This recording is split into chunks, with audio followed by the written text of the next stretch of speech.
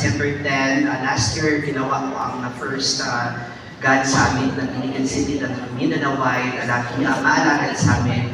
And this is now the second time that we are going to have our Mindanao Maalagad Summit. And today, I am tasked to welcome everyone.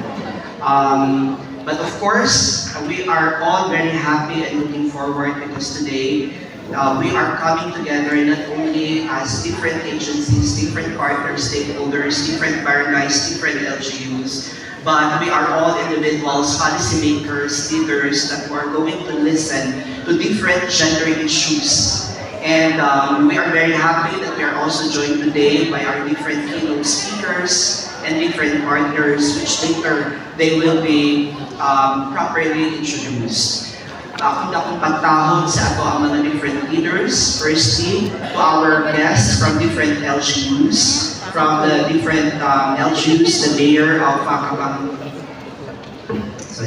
Cabanglasan, Mayor, good morning po. To the representatives of the different LGUs also coming from Maramag, Libona, Cagayan de Oro, Alubihi, Hingoo, from Marawi City, from representative also from Lanao del Norte, welcome also to Iligan City. I hope you will explore more to the different areas and beautiful Paskuhan highlights that we have right now in the city and celebration of the Paskuhan.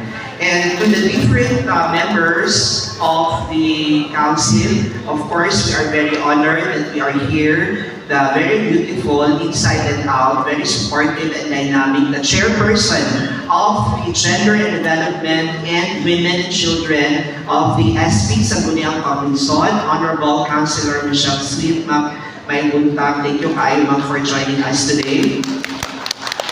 I would like also to acknowledge our partners from different LGUs, departments, our department heads who are present here. Dili na tamo maisa-isa, but of course, special mention, Ma'am Mila, Ma'am Agnes, always present, nagkasalamat kaayo. And sa atong mga guide vocals coming from the different departments, nagkasalamat kayo sa inyong 100% ng pagsuporta.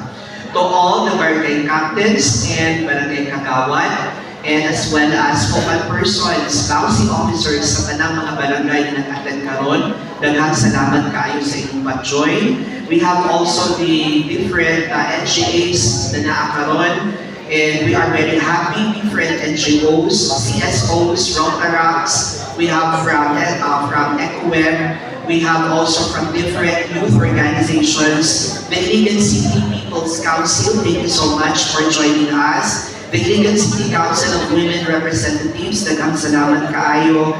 The representatives from the academy, hindi na tamo may isa-isa. We have from IMCC, MSU IIT, St. Michael's College, St. Peter's, Lyceum Iligan, Iligan Capital College, coming from the Department of Education, the Maria Cristina, the City Central School. Daghang salamat kaayo for joining today. We have also coming from the MSU IIT Co-op, our NGAs, from the Pag-ibig, from TTI, SSS, from from Department of Agrarian Reforms, kung daghan pa kayo, hindi na tamo usa-usahin to to our family na po sa Department of Health Iligan, daghang salamat kayo sa pag-join today. To all the Women Association leaders na nakakaroon, sa atong mga proud Women Association leaders, daghang salamat kaayo for joining today. O sa ato ang mga members also, sa atong mga resource speakers who are also joining us today. We are, the Iligan Maalagad Summit is not only about coming together. This is also a time for us to acknowledge those individuals who really advocates and really make sure that gender and development are properly mainstreamed in their respective departments and their respective organizations. Pwede magpunong-unahon, no? That when we talk about gender and development, mabaho lang na sa gender and development, which is obvious, which is kami lang ang mag-oversee, kami lang ang advocate that different stakeholders, partners, different offices should really implement in their own programs kung sa ka-importante ang pag-address po natin sa mga gender and development issues. And that is why today we have different highlights to which our keynote speaker will share a bit kung sa mga highlights at activities today. But if you can see sa likod namon aming gamay ng mga booth, coming our proud products sa ato ang Women's Association from Barangay Malao. First spearheaded sa ato ang former kagawad and now God Community Coordinator Ma'am Gindi ko. Ayan natin mga abang products nila na ipagbuhat sa ating mga women. We have also women products from Bunawan and from Dalipuga. No? So atong mga wala pa ipamasko, pwede kayo kung ato dito namin pwede pang gift nila, pang exchange gift. And we have also our guests coming from the Philippine Red Cross. We have Ma'am Henry Pongao, representing the Philippine Red Cross. We have also the Heaven State House. Na kung sa may products nila na naka-display, the pag-ibig, and as well as our City Health Office. And napabili ini mga paintings that is actually painted by one of a women, no? Artist din sa Iligan City. And lastly, we have there our photo booth para makita ninyo sa mga different na mga activities na ginabuhat sa Gender and Development Office sa Iligan. This is the second time where we really try to make sure that everyone is involved kapag pinag-uusapan po natin ay gender and development.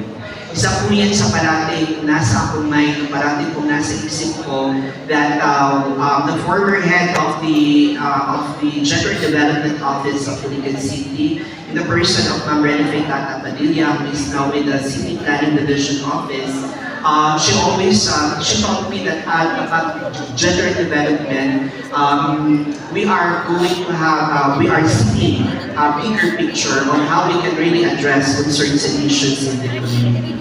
So once again, on behalf of our of all the organizers and officers of the City Mayor's Office, we would like to welcome everyone to Iligan City.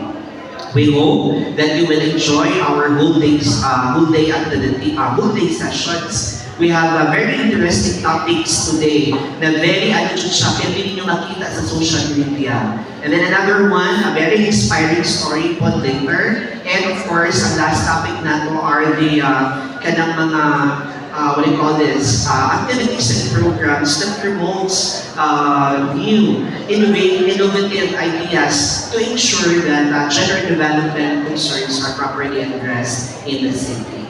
So, hindi na ako lugayon. I would like again to thank you sa inyong pag-anin. Once again, welcome to the second Maalagan Mindanao Wide Summit. God bless you. Ascenso, Iligan.